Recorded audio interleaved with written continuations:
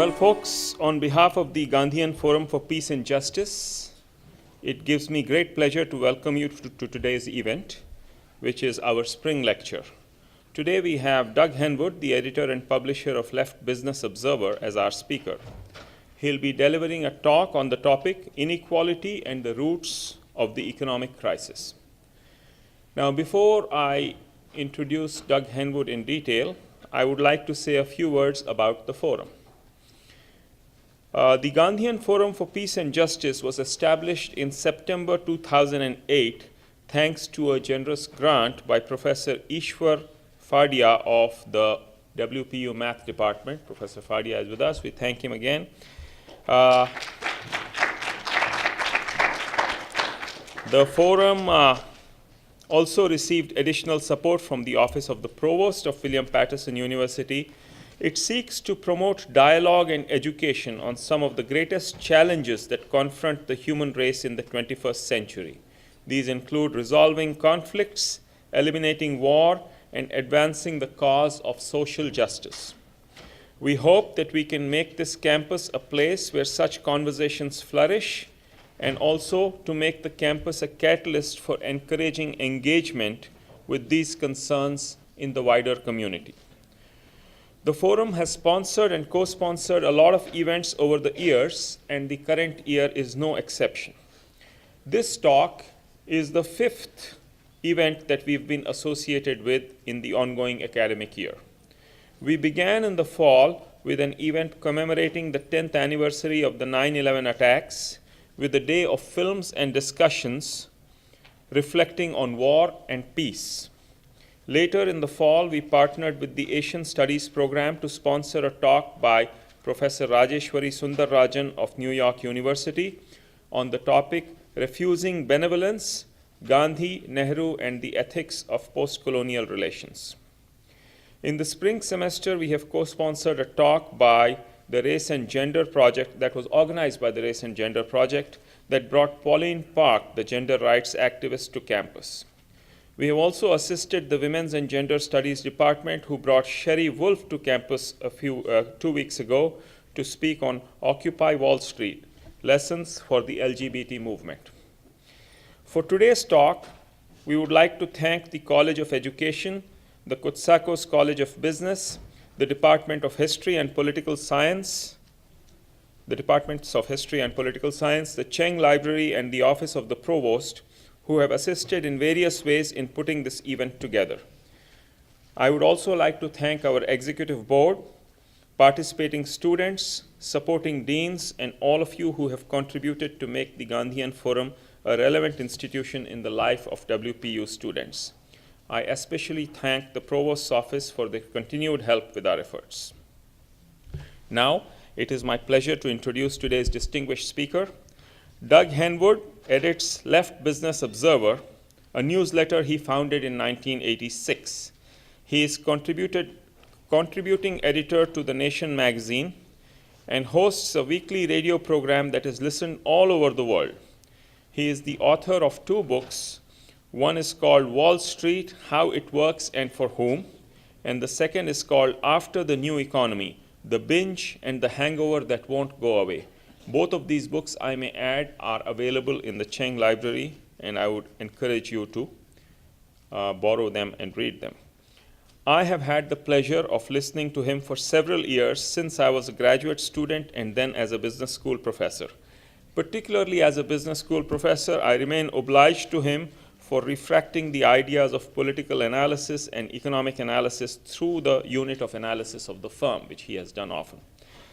I hope that you will find him as informative and engaging as I have, and I would encourage you to subscribe to his newsletter, The Left Business Observer. So without any further ado, Doug Henwood.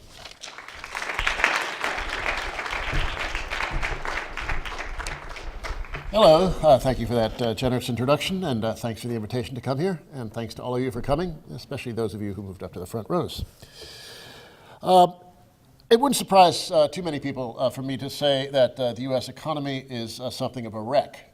It's a moderately recovering wreck, but one with still some very serious long-term problems. For most people these days, it's a source of misery at worst or profound uncertainty at best. I suppose there are more than a few right-wingers who would have no fundamental problem with this. You never have to wait very long for some apologist for the status quo to cite Joseph Schumpeter's famous phrase, creative destruction, a phrase that gets 1.3 million hits on Google. It describes a contradictory process that's deeply characteristic of capitalism, a propensity to create new industries and destroy old ones. I can think of several reasons why it's odd to use this phrase casually, and especially now. First is the user's apparent lack of concern for the human distress that's caused by the destructive side, but even the creative side can create a very disturbing bit of turbulence, at least people feeling rather dizzy. Second is the lack of interest in the context in which Schumpeter used this phrase. It was a Marx-inspired view of capitalism's eventual demise. Schumpeter was no Marxist, but he did fear that capitalism was doomed, which seems like a quaint feeling right now. And most topically, not much creation has been going on in the US lately. And by creation, I'm not talking about works of art, but conventional economic innovation, which may be happening in China, but doesn't seem to be going on here in the USA very much, unless you think Instagram is an innovation of world historic proportions. Throughout our history, this has been a brutal society, but at least it had a certain dynamism in both commerce and culture. I don't see much of that dynamism on offer today. The last gasp of economic dynamism was the dot-com boom of the late 1990s, which was often thoroughly delusional, but did have some energy to it, and left behind some byproducts like many miles of fiber optic cable. Some of those delusions were even pleasing: an end to the economic cycle, the provision of meaningful work in spontaneously creative, non-hierarchical organizations, and even the spread of peace, love, and understanding through the net. The boom of the 2000s brought us no such utopian fantasies, just a lot of now empty houses in ex-urban Las Vegas on which a lot of money is still owed. The 1990s dot-com bubble was also the last burst of technological innovation that drove the US economy, though it was more of a matter of expanding on existing technologies than wholly new ones. In the computer business, those wholly new innovations are mostly decades in the past. This is one reason, along with stagnant levels of educational attainment, this is the only major country in the world in which the younger generation is not surpassing its elders in the years of schooling. This is one reason that the economist Robert Gordon projects a very low rate of productivity growth over the next several decades. That, when combined with a very slow rate of labor force growth, baby boomers aging, population growing more slowly, yields what could be the slowest rate of sustained GDP growth in US history. Now, I know there are a lot of things wrong with growth. It can be very badly distributed and very ecologically destructive, but without growth, the whole setup sputters badly. So where are we in conventional business cycle terms? Here are our current coordinates. The Great Recession officially ended nearly 3 years ago, but to most people it doesn't feel like we're in much of a recovery. It was an awful recession. GDP, the most conventional of economic indicators, contracted by over 4%, more than twice the post-World War II recession average. The downturn officially lasted a year and a half again as long as the post-World War II average. Employment, the measure that matters most to regular people, fell by over 5%, more than twice the recession average, and then continued to fall by another 1% after the recession ended. The reason that doesn't feel to a lot of people like the recession ever ended is that it's been the weakest recovery since, well, pretty much modern numbers began early in the 20th century. The most recent quarter, the fourth of 2011, GDP had only surpassed its pre-recession levels, and that by less than 1%. In a normal recovery, it would have surpassed it by about 10%. Since the recession ended, GDP is up just 6%, half the usual recovery quantity. Total wage and salary income is up less than 3%. Normally, it'd be up 4 times that much. And for all the talk about the profligacy of government spending, public spending is down over 2% in real inflation-adjusted terms. Normally, it'd be up over 10%. Ah, but corporate profits, those are doing very, very well. They're up 65% from the recession low. Normally, they'd be up less than half that much. Corporations are flush with cash. They're spending some of it abroad and distributing some of it to their shareholders and executives, but what they're not really doing is investing and especially hiring. The labor market, which is what most people depend upon for their material welfare, about 80% of the population couldn't live more than a couple of months on their savings. The labor market is a mess. We lost nearly 9 million jobs during the recession, and included that period after the recession as well, when we lost about 1 million more. We've regained well less than 40% of those lost jobs. In normal post-World War II recovery, we would have regained those job losses in less than a year and would be now well ahead of that pre-recession high. If this were the normal, elusive economic recovery, well over 5 million more people would be working now in the United States than are. Yes, the unemployment rate has come down since the recession ended, in part because of the modest recovery we've experienced, but also because enormous numbers of people have just dropped out of the labor force because they find the job search hopeless. If you're not actively looking for work, you're not counted as unemployed. The share of the adult population working for pay, what economists call the employment population ratio, is about where it was when employment bottomed out in February 2010, more than 2 years ago. It's below where it was when the recession ended. It's well below its all-time peak in 2000 to 2001. Over the long haul, the employment pop ratio had been rising steadily into that 2000 peak, mainly because of the entry of women into the paid labor force. But the ratio plunged during the recession and has barely recovered since.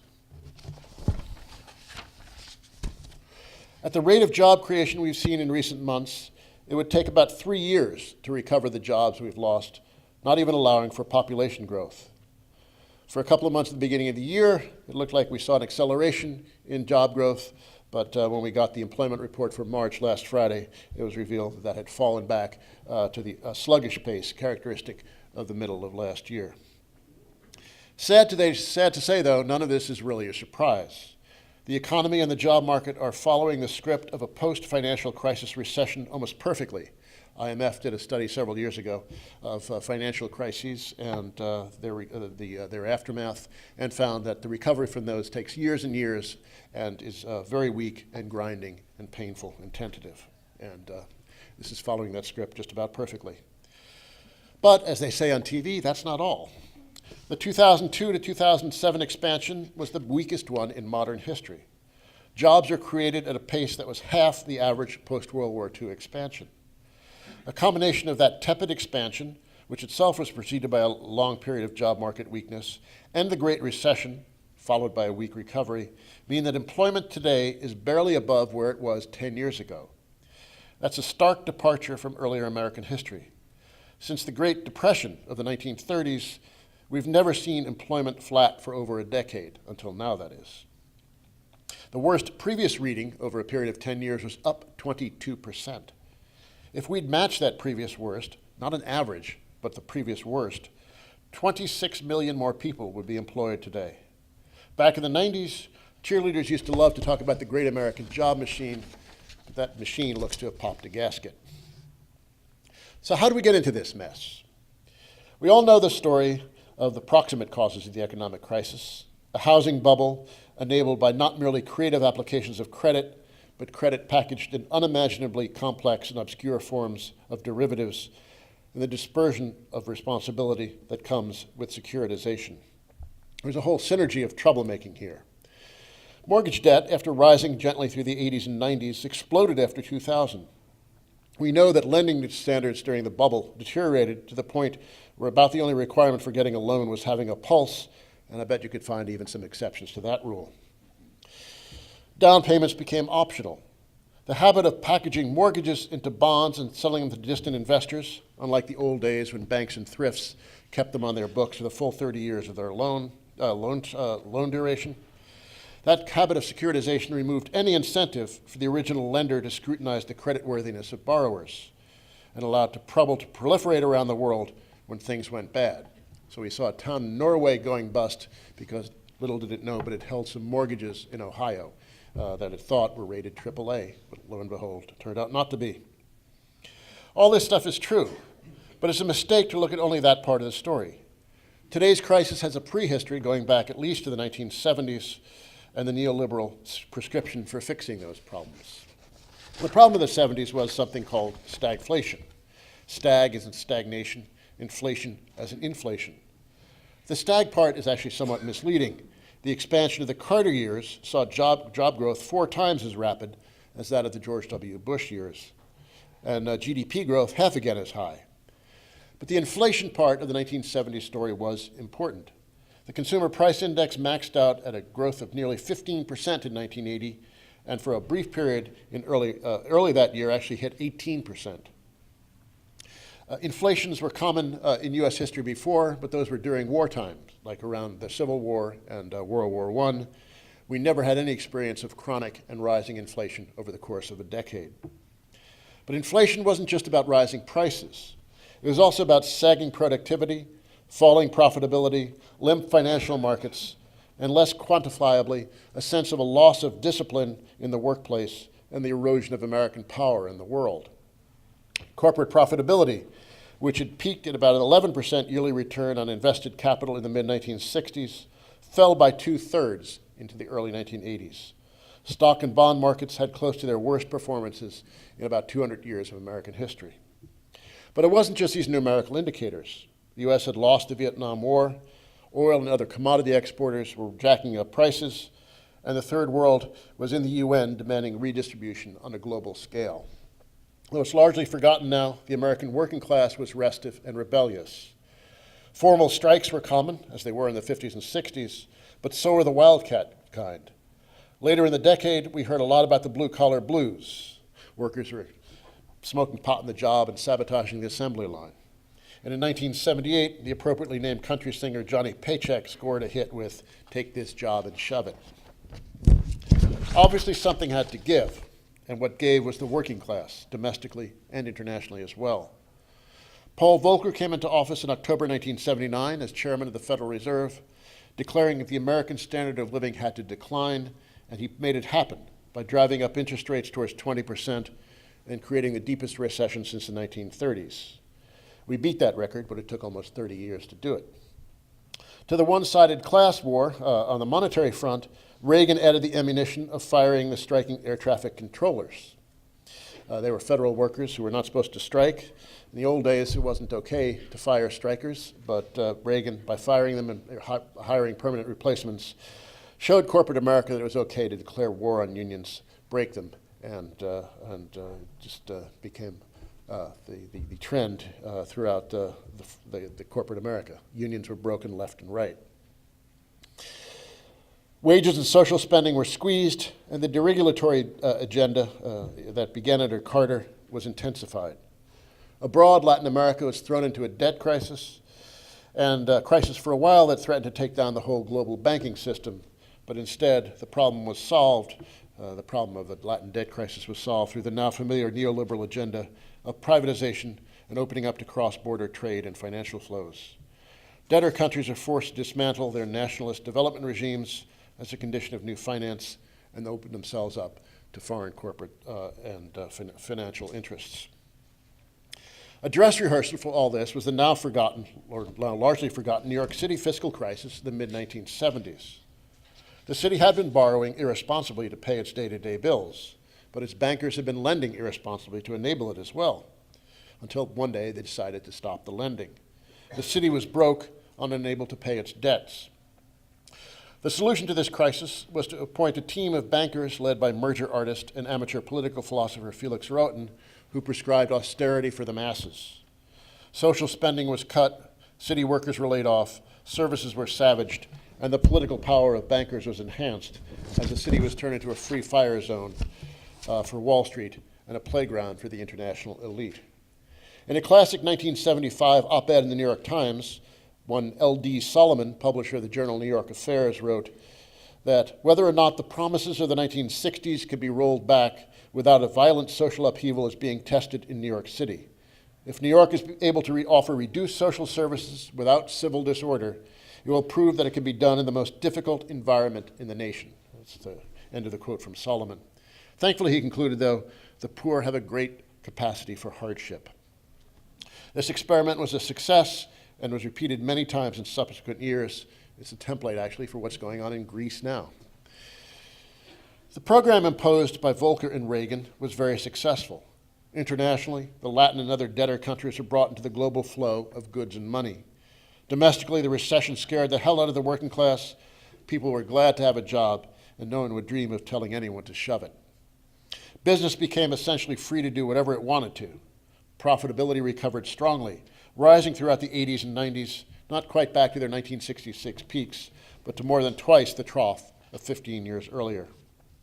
In the military political sphere, U.S. power was enhanced, and we kicked the Vietnam syndrome. Discipline problems on a global and from the global to the factory floor level were a thing of the past. There were a few interruptions. A stock market crash in 1987 that looked like, for a while, that looked pretty scary, but passed. A long stagnation and jobless recovery in the early 90s, a bursting of a dot-com bubble 10 years later. But all in all, the system managed to recover from and even thrive in its troubles, and state managers learned how to perfect their bailout techniques when they did run into trouble. But through all those bubbles, busts, and recoveries, one constant persisted. A system dependent on high levels of mass consumption has a hard time living with a prolonged wage squeeze. I mean that not only in the economic sense, but in the political and cultural ones as well. American life has long been very insecure and volatile, and the ability to buy lots of gadgets does assuage that volatility and discomfort to a considerable degree. Mass consumption staves off what could be a serious legitimation crisis. For the last few decades, the economic and political contradiction of this has been managed, if not resolved, through the liberal use of debt, credit cards at first and then mortgages later on. The explosion in household credit is what made the booms and bubble of the last 3 decades possible. This is especially true of the 2001-2007 expansion, which featured the slowest employment and wage growth of any cycle since numbers began in 1929. Without the massive cashing in and appreciating home equity, Americans withdrew several $1 trillion worth of rising house values by second mortgages and then spent most of it. Without that stimulus, the economy would have just been even worse than it was in the middle of the last decade.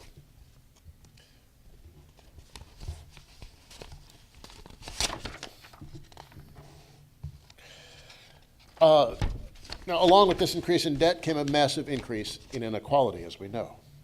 That growth in inequality has been breathtaking. Some of you may have heard the statistic that made the rounds a couple of weeks ago that the top 1% of the population claimed 93% of the growth in income between 2009 and 2010. That's a gee-whiz number, but it's a little misleading. The rich took a hit in the recession, with their incomes down about 40% between 2007 and 2009. Their share of income is down almost 24%, from almost 24% at the 2007 peak to just under 20% in 2010. But don't shed more than one tear for the posh. Their share of income is still higher than any time between 1930 and 2000. And when you're starting at 1.4 million, the average income of the top 1% in 2007, a 40% hit isn't really all that severe. But if you look at a graph of the top 1% share, it's starting to look like their great rise has finally plateaued, although it's hardly gone into reverse. But what a run it was. According to data developed by the economists Thomas Piketty and Emmanuel Saez, between 1980 and 2007, the income of the top 1% rose 59% in inflation-adjusted terms. That of the bottom 99% rose by 52%.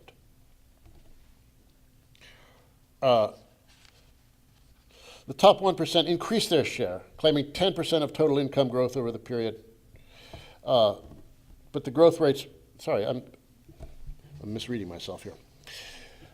Between 1950 and 1980, the income of the top 1% rose 59% in inflation-adjusted terms. That of the bottom 99%, 52%. The top 1% increased their share, claiming 10% of income growth over the period, but the growth rates really weren't all out of line with the bottom 99%. But then things changed markedly after 1980. From that year until the giddy peak of 2007, the income of the top 1% rose by 230%, that of the bottom 99% by 20%.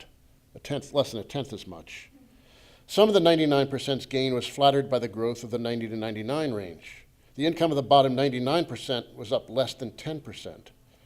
From 1980 to 2007, the top 1% claimed over half the income growth over the period. Remember, that's over half of the growth in income. The share of income was about 20% total. The share of the top 1% of total income is about the same as the bottom half of the US population. Yes, the top 1% has about as much income as the bottom half of the US population. And within the top 1%, the numbers get more eye-popping the finer you slice them. The top 1/100th of 1%, roughly 30,000 people, took in almost 18% of the total gain in income between 1980 and 1987. That's more than the bottom 90% of the population gained, which is 270 million people. Again, that's their share of the growth in income. Their share of the total in 2010 was about 5%, which is as much as the bottom third of the US population. Who is this 1%? Financiers, CEOs, stars of showbiz and sports, high-end lawyers, celebrity plastic surgeons.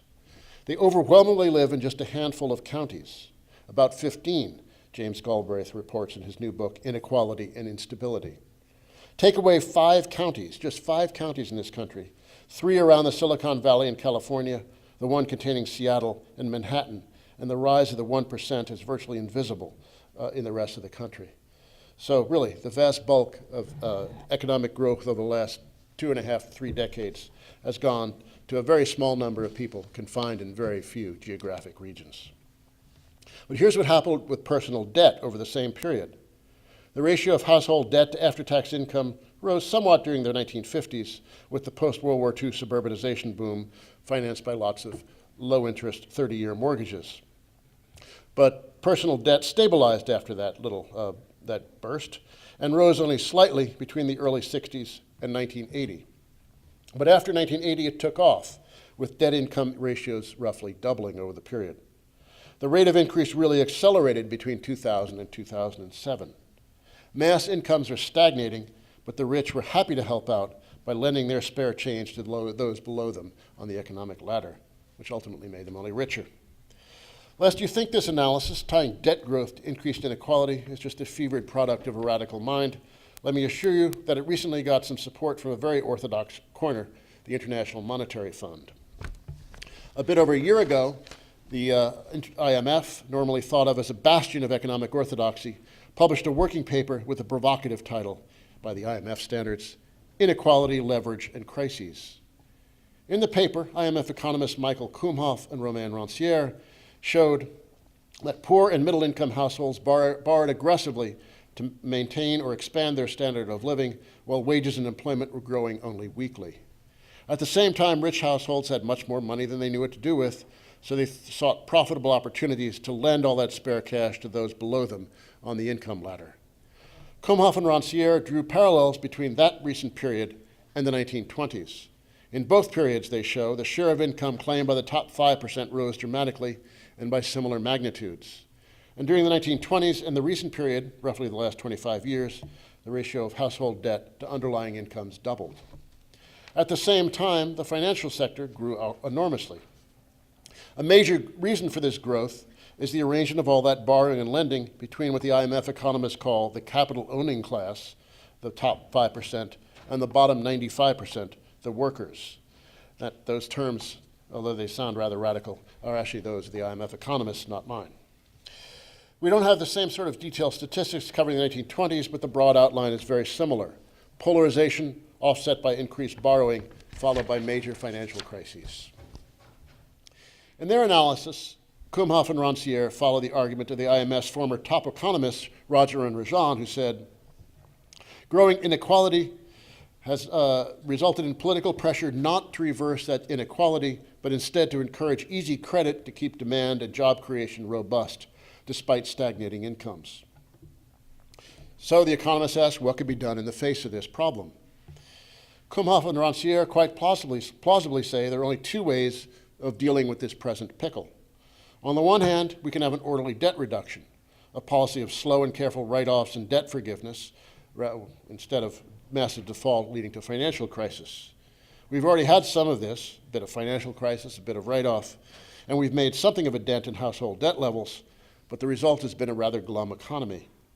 Iceland, which had its own economic crisis several years ago, did this more systematically, engineering debt write-offs that stiffed creditors, but many of the creditors were abroad, and Iceland is a small country with a history of social democratic politics. That's not the way we do things here in the USA.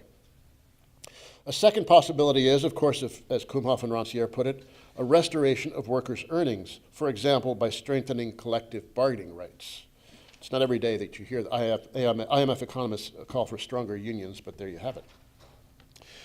In the recent political environment, this looks like a tall order, but maybe this could change.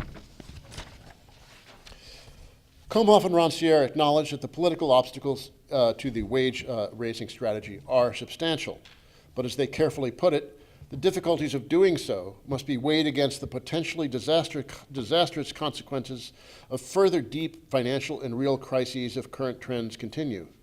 Restoring equality by redistributing income from the rich to the poor would help please the Robin Hoods of the world, but could also help save the global economy from another major crisis. And again, that's a quote from IMF economists, not me. I should point out that this paper was the product of an IMF run by the French quasi-socialist Dominique Strauss-Kahn, who ran into a bit of trouble in a New York hotel room recently. I quoted the IMF paper as noting the enormous rise in the size of the financial sector. I'd like to say a few words about that. I thought the financial crisis that began in 2007 and got truly awful in 2008 would put an end to the long rise in the financial sector in the US economy. Maybe not to a major political transformation, but at least some downward adjustment to Wall Street's enormous economic and political power. It didn't happen. Wall Street instead used the crisis, if not to enhance its power, at least to demonstrate and consolidate it. There are several dimensions to Wall Street's rise to preeminence over the last few decades. For example, in almost every year since the US national income accounts began in 1929, securities and commodities brokers have been the highest paid of almost 90 industries reported by the Bureau of Economic Analysis. And the securities industry's premium has only expanded over time. In the early 1930s, industry pay was about twice the national average. Starting with the Great Bull Market in 1982, the premium of Wall Street began to swell to a maximum of over 4 times the average in 2006. It fell back some during the financial crisis, but has since recovered and is still higher, that is the ratio of Wall Street salaries to non-Wall Street salaries, still higher than anything we saw before 2004. Or take profits. As the bull market was about to take off in 1982, the financial sector claimed about 12% of pre-tax profits. It nearly tripled to 34% at the 2008 peak. It fell substantially during the heat of the crisis, but then has since largely recovered. The financial sector now is responsible for about a third of corporate profits, which is kind of remarkable for a sector that employs less than 6% of the workforce. So here's the story the numbers tell us. After a long period, mainly the golden age of the post-World War II decades through the 1970s, Wall Street was something of a tepid backwater. Its denizens lived well, but not large. But since then, they've accumulated an enormous amount of power. And then there's power itself. The financial sector has surprisingly little to do with raising money to finance real corporate investment. It rarely has. Initial public stock offerings, for example, even at the peak in the late 1990s, financed only about 5% of total corporate investment. In fact, most of the money traffic has been running from corporate America out to Wall Street. Between takeover stock buybacks and regular dividends, firms have been shoveling cash into their shareholders' pockets.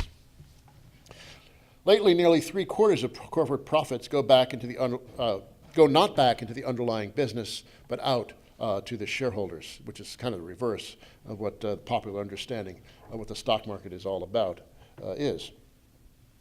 The poster company for all this right now is Apple. Apple makes so much money that it has about $100 billion in cash that it doesn't really know what to do with. It can invent only so many new products. So shareholders have been pressing for a bigger piece of the cash, and now Apple is going to share it with them. And what will shareholders do with this money? Probably buy a new house in the Hamptons and a Jaguar to drive it in, and maybe stock in some other company. Businesses do get outside financing, but the most important source of that is old-style banks.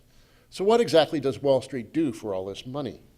Let's be generous and concede that it does provide some financing for real investment. But an enormous apparatus of trading has grown up around this, not merely trading in certificates, but in control over entire corporations. I think it's less fruitful to think of Wall Street as a financial intermediary, matching savers and borrowers, than it is to think of it as an instrument for the establishment and exercise of class power. It is the means by which an owning class forms itself, particularly through the stock market. It allows the rich to own pieces of the productive assets of an entire economy. So while at first glance the tangential relation of Wall Street, especially the stock market, to financing real investment might make the sector seem ripe for tight regulation and heavy taxation, its centrality to the formation of upper class power makes it a very difficult target. For a long while, shareholders were rather vestigial creatures. After the 1929 crash through the late 1970s, Wall Street and shareholders basically sat back, hoped that dividends would keep flowing and stock prices would keep rising, but didn't really interfere much with the management of underlying businesses. But when economic performance faltered in the 1970s, when the Golden Age was replaced by the Bronze Age of rising inflation and falling profits, Wall Street finally asserted itself. They unleashed what's been dubbed the Shareholder Revolution, demanding not only higher profits, but a larger share of them. It was a revolution from above that worked beautifully. I'd originally thought that the financial crisis might have shaken that dominance, but it hasn't so far. People have sometimes called the last couple of decades a second Gilded Age, in the spirit of the first one that occurred at the end of the 19th century. Both were characterized by the creation of great fortunes, a cultural reverence for and lust for money, and a domination of politics by the very rich. But the first Gilded Age was a time of tremendous innovation, the creation of whole new industries like steel and railroads, and institutions like the modern large corporation. It was also a time of great political ferment, with populists causing trouble in the countryside and labor radicals and socialists causing trouble in the cities. The second Gilded Age was not terribly innovative, nor was there much political ferment at all around it. Next to the first Gilded Age, the second seems symptomatic of a broad decadence, of an approach of looting wealth and knowledge produced in earlier eras rather than creating new wealth and new knowledge. We've seen destruction without the creation, in other words. Wall Street demonstrated its enormous political power during the financial crisis and its aftermath. Financiers can and do bellyache about increased regulation over the last couple of years, and they're very upset that Obama called them fat cats a couple of years ago. But the actual changes in regulation have been very minor. The major bill that changed the regulatory architecture, nicknamed Dodd-Frank, was pretty weak to start with and is being watered down now as the detailed regulations required in legislation are being written heavily under the supervision of Wall Street lobbyists. So in return for the hundreds of billions of dollars in public funds used to keep the financial system afloat, banks will emerge from this crisis largely unscathed. One reason for this is Wall Street's skill at lobbying and its ability to spread around large amounts of cash and to buy politicians. As Public Citizen documented in a study a couple of years ago, between 1998 and 2008, Wall Street spent $5 billion in campaign contributions and deployed 3,000 lobbyists across Capitol Hill to get its way. While $5 billion may sound like a lot of money, that was less than a third of Goldman Sachs' bonus pool in 2009, and spread that out over a decade. Wall Street has lots of money, and Congress can be bought on the cheap. But as I argued earlier, Wall Street also represents the commanding heights of the economy, the central mechanism by which ruling class economic power is formed and exercised. It's only surprising to people who don't understand this that Washington dances so faithfully to bankers' tunes. And giving talks like this over the last few years, this would be the point at which I would moan about how in the midst of the worst sustained economic crisis in 80 years, the major political energy was coming from people who were wearing tea bags in their heads. It seemed that we needed, even in relatively mainstream terms, a serious rethink of the neoliberal economic model, but none was forthcoming.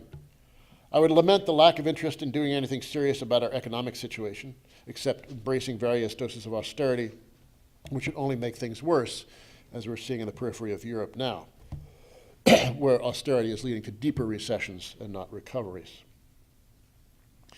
I would worry about the inability to admit, much less do anything, about the long-term challenge of climate change.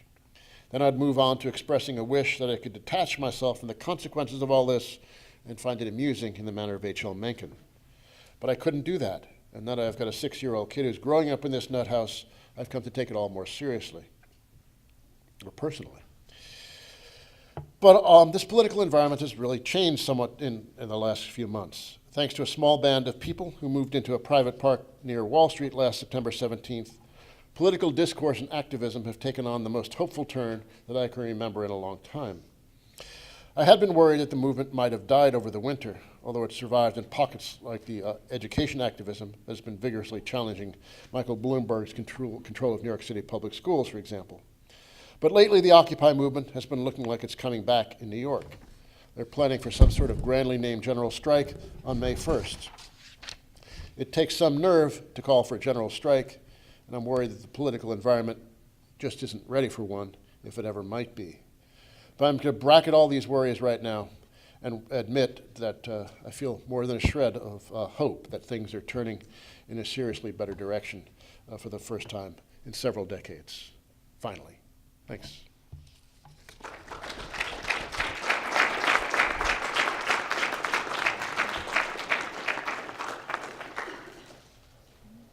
Thank you, Doug. And we would like to open the floor up for questions. If you would raise your hands, I would be happy to take them. Some faculty, some students. Let me go there.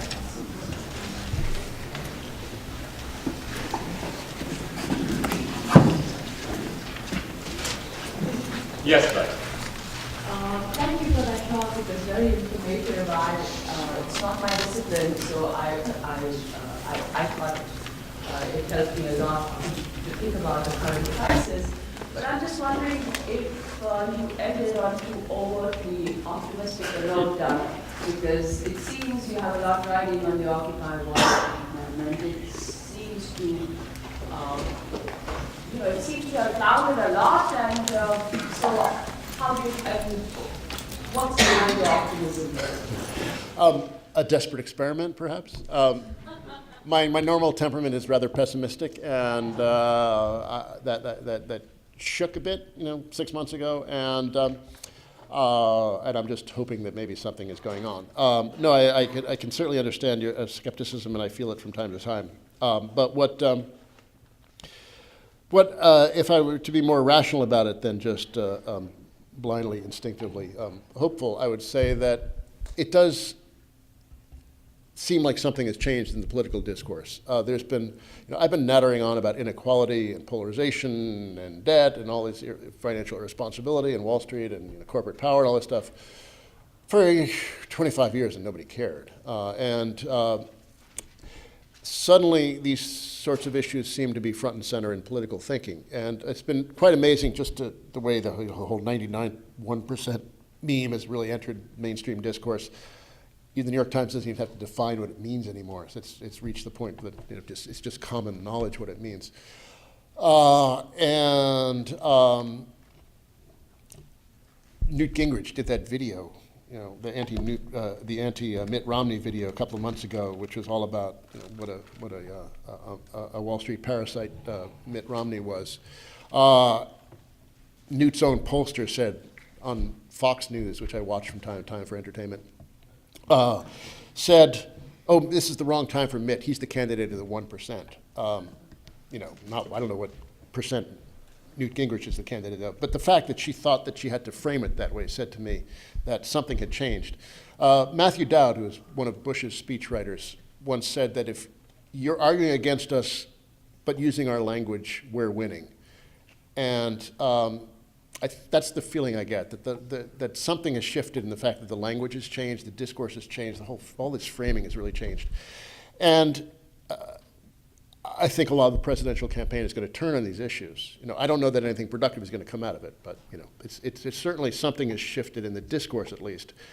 But people who study social movements, for example, Francis Fox Piven, who interviewed on the issue of Occupy Wall Street, argue that this is the way social movements happen. They start They look like they fade, they come back, they wax and wane over time. The civil rights movement was very much like that. You know, people are constantly pronouncing it dead, but it really, from the mid-50s through the mid-60s, was really transformed the country. So I'm hoping that something like that is going on now. So maybe not. Maybe it will fade like many other things have faded in the past. But I think that, and part of the reason for this might be that a lot of people had a lot of hope in Obama. When he came into office, a lot of people who voted for him wanted a world that was more peaceful and more egalitarian. They've gotten neither under him.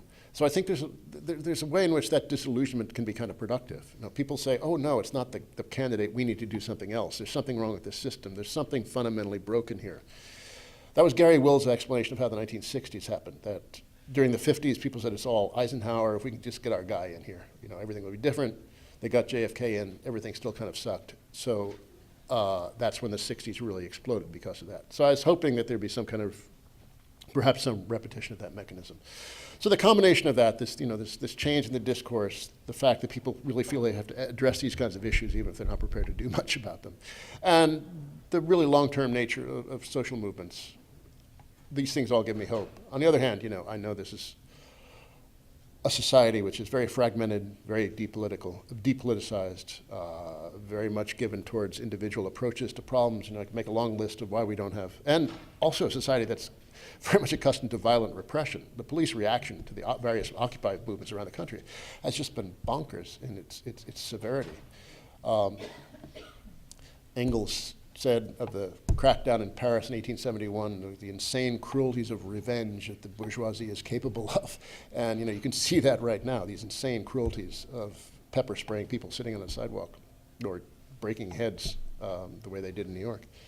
But you know, there are all these things that argue against it. The unlikeliness of a general strike on May 1st, you know, that seems, if you call for a general strike and it doesn't happen, it's kind of embarrassing. So, you know, there's a lot of risk, a lot of, maybe it'll just all go off the rails, maybe it'll dissipate, disappear. But I'm just, for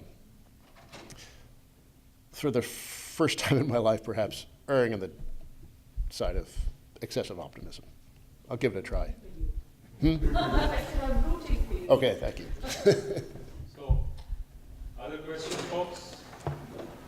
I have One at the back, and then. Okay, go ahead.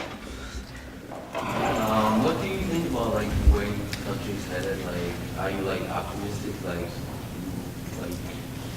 are you more optimistic than before? Like, for example, like President Obama into office, or like, are you more optimistic now? Well, like I say, the Occupy thing makes me more optimistic than I was 6 months ago. But, you know, if you stand back and look at the state of the United States, it's not a very encouraging thing, I don't think. And I listed some of the things in the talk. For example, the stagnating levels of educational attainment, just horrendous levels of personal debt, a job market that's really screwed.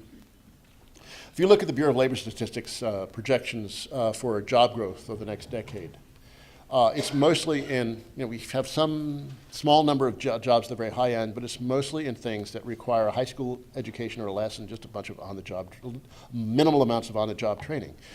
It's a vision of a future of a lot of low-wage employment and with a small elite. So you have a large portion of the population just existing to serve the comfort of the top 5% of the population. That's a really grim view of society in the future. And then when you constantly hear all these politicians talking about the need to get people to go to college, and you know, but I don't think they really mean it. I mean, if they look at the projections of their own government, they don't seem to require a whole lot of college for the jobs of the future. So if these BLS projections are right, if Robert Gordon is right, projecting the lowest rate of economic growth in American history over the next couple of decades, it's going to be a very grim future. Add to that climate change, which is a frightening thing, and about which people seem incapable of acknowledging, much less doing anything about. That also is a grim picture.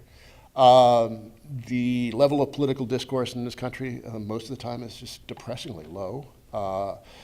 There's just a whole load of meanness around, of brutality, and it's not a pretty picture.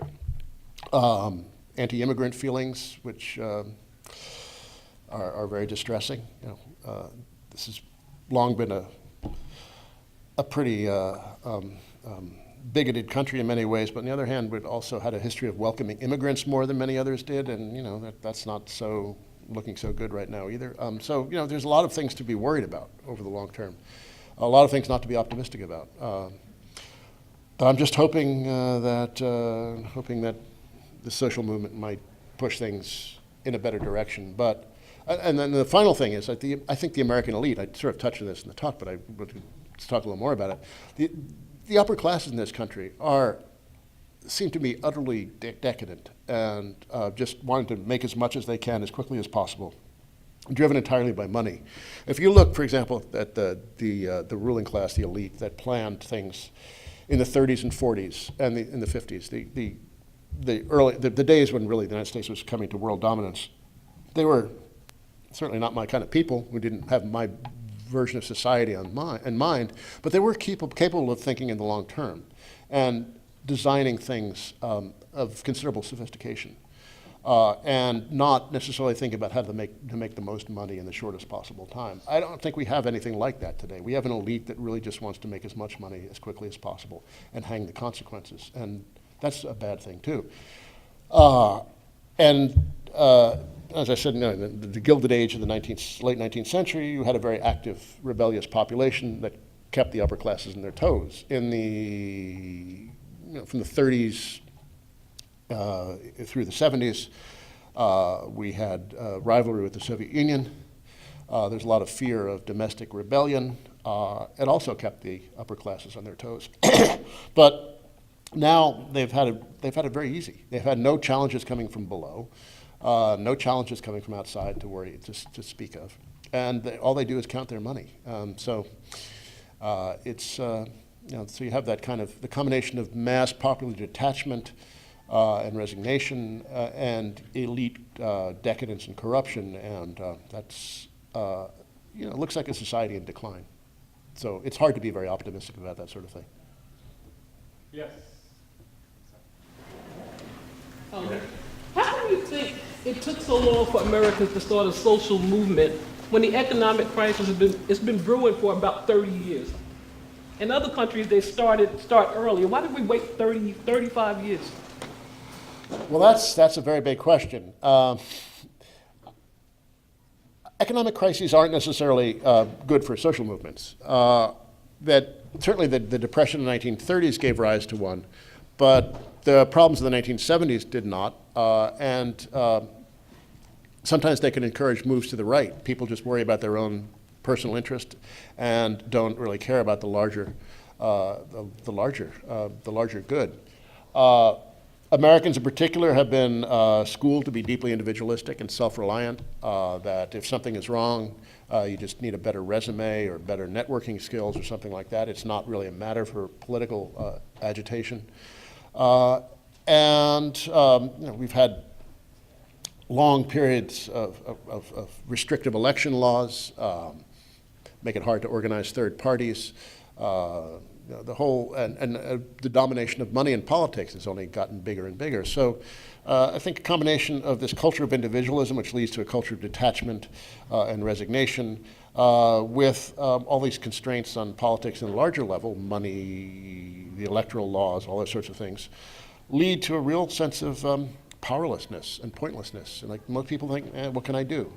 Or it doesn't even occur to them. I mean, we have a very apolitical population for the most part. They don't really, they find politics boring. As the old saying goes, you may not care about politics, but politics cares about you. But a lot of people don't seem to understand that. In some ways, you can argue that social movements really get going when things start getting a little better. That after a long period of stress, when things start getting a little better, then that's when people start expecting more.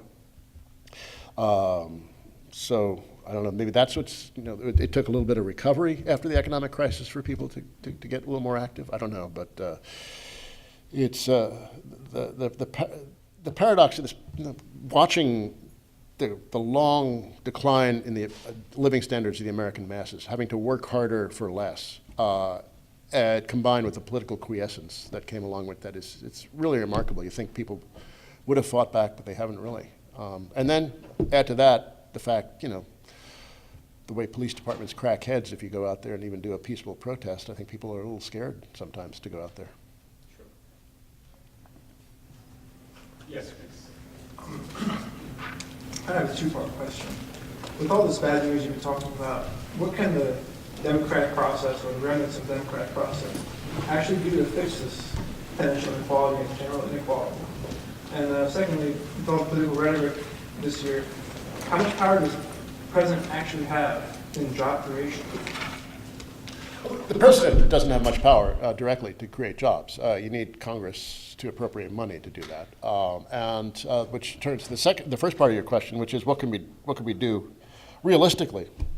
I would say in the short to medium term, we need some kind of more ambitious jobs program, put people to work. There's certainly many things that need to be done, from building a high-speed rail to providing publicly funded daycare. All these things could be done and put people to work and satisfy social needs. But the longer-term thing, I think, is also going to require state action. And I think, I was talking about the challenge of climate change, which nobody wants to talk about, and what do we need to do to keep the thermometers from breaking. We need to have cleaner forms of energy and renewable forms of energy, and just be more gentle in general to our natural support system. And that requires a whole lot of technological innovation, and it requires a whole lot of building of new kinds of transportation, new forms of energy generation. These things, I think, have the dual charm of potentially saving life on Earth. At the same time, they could be really long-term poles of economic growth and innovation. If you look at the major innovations that have occurred technologically in this country over the last century or so, almost all of them required some kind of state subsidy and state intervention. The railroads in the 19th century got a lot of land from the federal government. The computer industry was deeply subsidized by the Pentagon from the 1940s through the mid-1960s. The internet was developed by the Pentagon. The pharmaceutical industry has been heavily subsidized by the National Institutes of Health. Aerospace has been heavily subsidized by NASA and the military. So you look at all these private sector things, it took a lot of mostly federal money to get these things going. Add to that the fact that state universities and such have been also, with state funding, have also been important in creating local areas of economic growth. All this has been thrown into reverse now. There was a little money in Obama's original stimulus bill for alternative energy research, but it was very little, and they ransacked that in order to fund the crazy Cash for Clunkers program, which had no economic or ecological benefit at all, but was just a pure boondoggle, and reduced the amount of funding available for clean energy research very substantially. And then you look at the state, you're seeing nothing but austerity in the public sector now, or just cutting back. State universities cutting back very dramatically. So it's just, we're doing many things going exactly the wrong direction. So I think that, in the short to medium term, some kind of really serious jobs program, and in the longer term, a real R&D and investment program in clean energy and other kinds of green technologies would be very ecologically useful, but also economically have a great payoff as well. But none of this is happening. And this is entirely possible in the actually existing political system. It doesn't require a revolution to do these things by any means. Even something as mundane as this. My friend Christian Perenni did an article about this for The Nation a couple of years ago. There's a manufacturer of electric trucks in the Midwest who can't really manufacture them economically because the production runs are too short. They can't mass produce the transmissions and all this sort of thing. If the Postal Service ordered these electric trucks, and it's perfect for the post office, they go out in a short run and come back to the same garage every night and they just plug them back in. It would make it much more economical to make these a commercial product. Then FedEx would buy them. UPS would buy them, would have, and greatly reduce the amount of internal combustion engines on the roadways.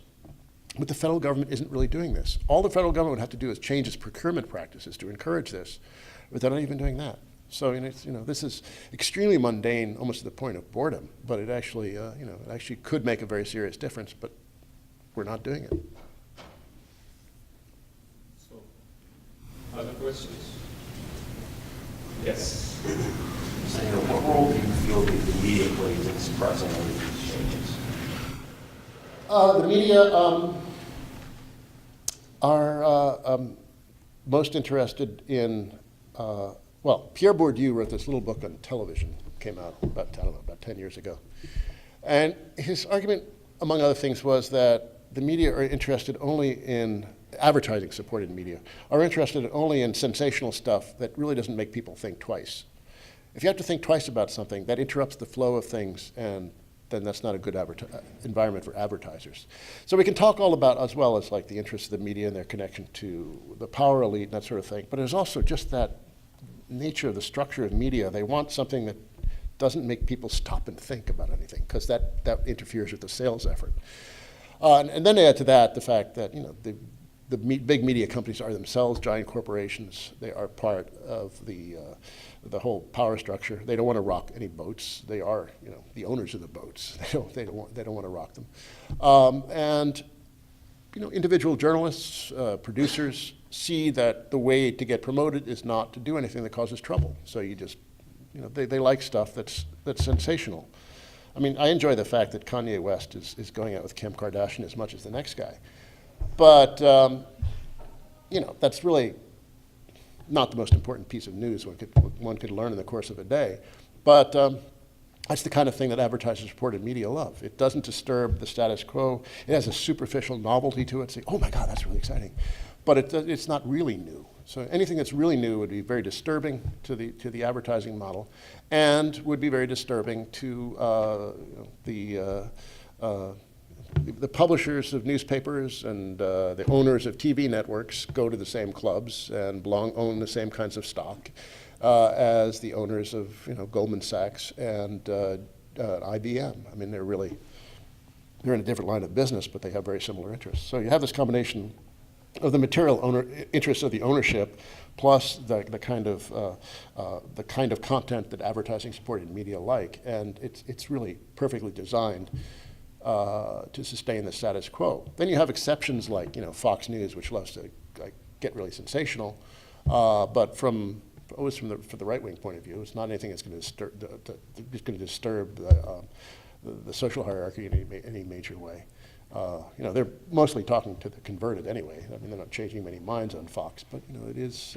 That's the kind of sensation they like. Stuff that really tends to, reinforce or intensify the existing setup rather than challenging it in any meaningful way. And so they just perpetuate conformity and stupidity.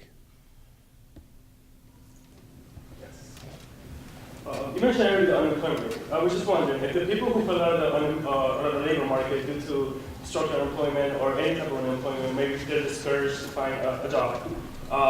If those individuals were to be computed into the unemployment equation, what would be the most accurate unemployment rate of the country? Well, the Bureau of Labor Statistics does publish something they call the U6 unemployment rate, which is a broader one, which includes people who've dropped out of the workforce because they're discouraged. People who are working only part-time, even though they want full-time work. So last month, the official unemployment rate was a little over 8%. The U6 rate was about 14%. So maybe that's a little low too, because it doesn't include a few more people who've dropped out of the labor force. To be counted as discouraged, you have to have looked at some time in the past year. If you haven't looked for work in the past year, you're counted as not in the labor force at all.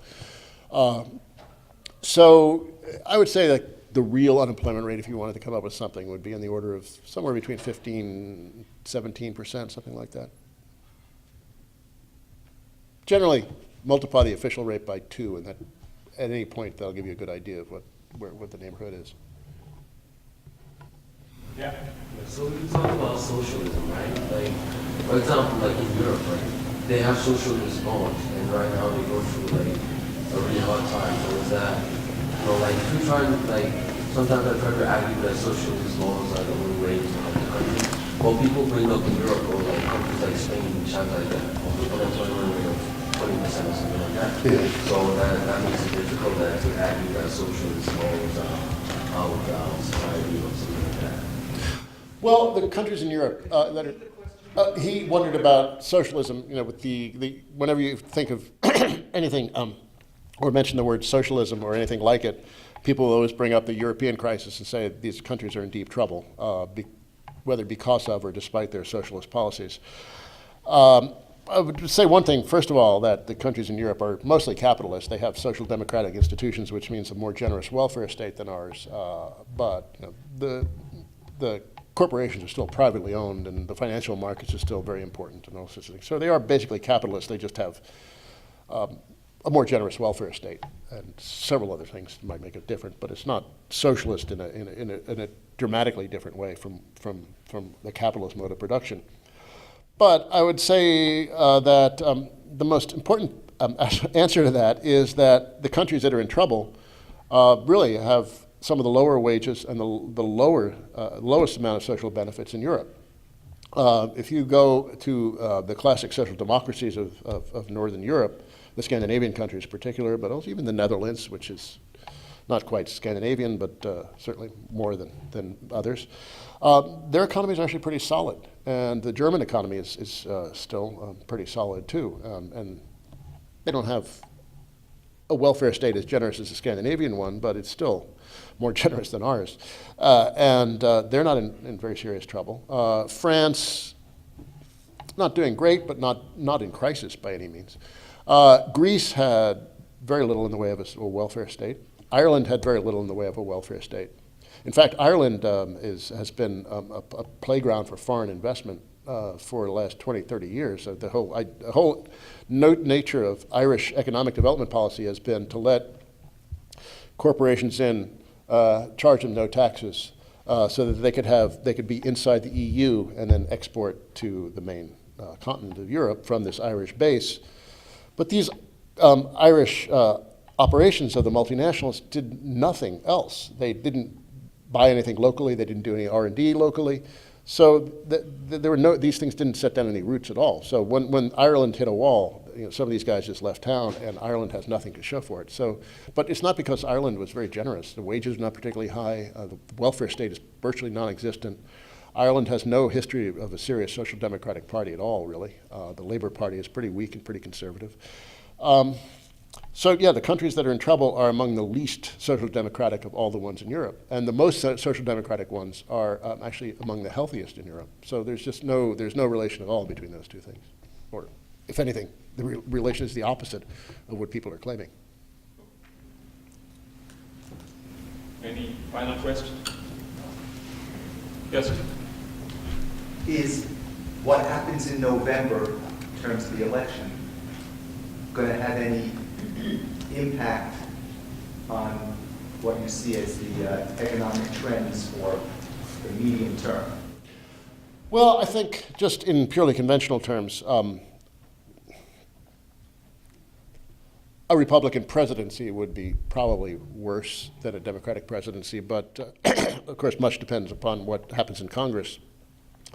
But I think more importantly for the development of an Occupy or a post-Occupy social movement, I think it's important to have a Democratic president, because if there's a Republican president, we'll be back to where we were in 2006, with people saying, oh God, isn't Bush awful, if only we had a better president.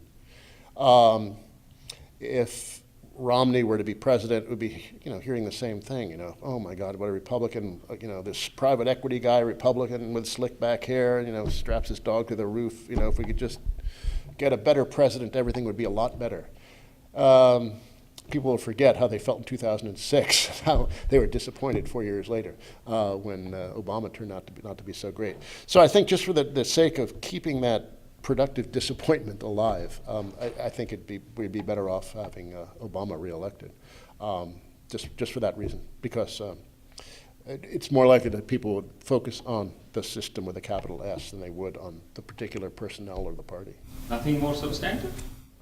Well, I think, if we had certainly a more democratic Congress might be amenable to more reformist urges. If there are social movements pushing in that direction, they'd be more likely to, vote for a jobs bill or vote for an extension of unemployment or more likely to vote something on climate change. So, it would, in general,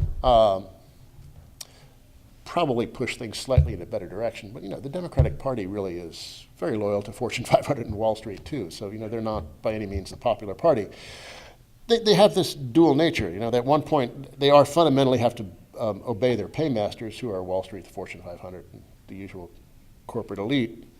At the same time, they have to appear, at least, to be the popular party, and sometimes that's what makes them look sometimes so weak and indecisive, is because they're trying to balance these two forces. The Republicans are very clear on who they work for, and we all know who they work for. The Democrats is a little murkier and more contradictory. So I guess they could be forced in a better direction if there were lively social movements, but I'm afraid that they really need that kind of pressure. It's just not going to happen on their own.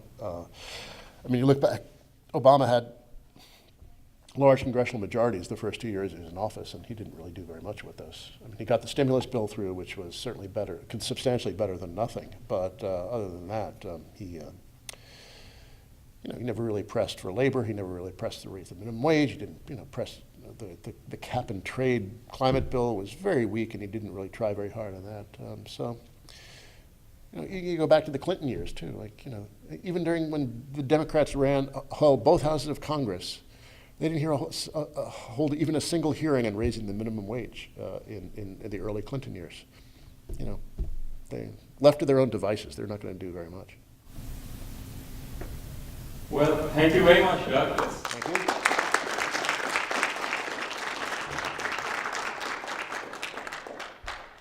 So on behalf of the Gandhi Forum, Gandhian Forum for Peace and Justice, I thank Doug Henwood for a very stimulating talk. We have had the talk video recorded, and we will be uploading it on our website in a few weeks. And thank you all for coming. I just want to make one announcement, which is that on Friday, on the Valley Road campus, we'll be having a conference called Teaching South Asia. The conference will be held in Valley Road, room 1012, and it starts at 10 o'clock in the morning, 9 o'clock in the morning, and it goes on for the whole day. It's a very exciting conference. Those of you who are in the field of education, who are learning about education, or who have interest in Asia, are strongly encouraged to attend. With that, good afternoon.